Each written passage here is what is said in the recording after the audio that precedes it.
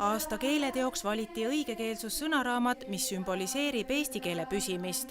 Seekordse õssi trüki teeb erakordseks asjaolu, et esimest korda ajaloos ilmusid paberõss ja võrguõss korraga.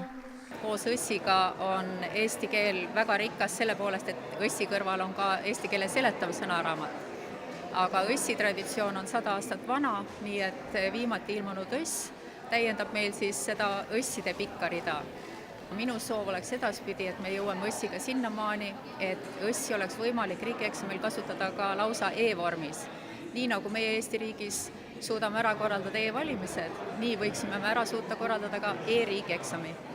Rahvahääletuse võitsid Peetri lasteaed põhikooli õpilased koos õpetaja Helen Pullineniga.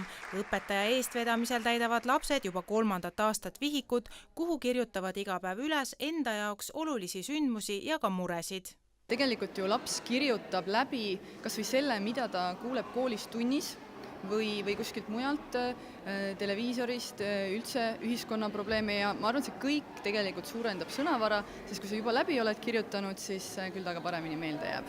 Ja tõepoolest on välja antud raamat, mis siis valmis meie klassi loovtööde käigus eelmise aasta lõpus ja seal on siis tõesti kirjavigadega sees õpilase 2 aasta igapäeva kirjeldused.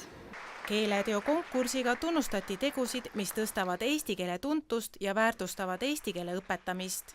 Tänapäeval võime öelda, et eesti keeletehnoloogia areneb väga kiiresti, me oleme 50 kõige edukama keeletehnoloogia hulgas, teaduskeel areneb, loomulikult on meil väljakutseid. Meil on väljakutse see, et meie lapsed õpiksid õigesti eesti keelt rääkima, meil huvi oleks eestikeelseid raamatuid lugeda, ise kirjutada nendes ja selleks võib-olla ka selle aasta auhind, mis rahvas välja valis, oligi just suunatud sellisele lastele ja õpetajate tunnustamisele.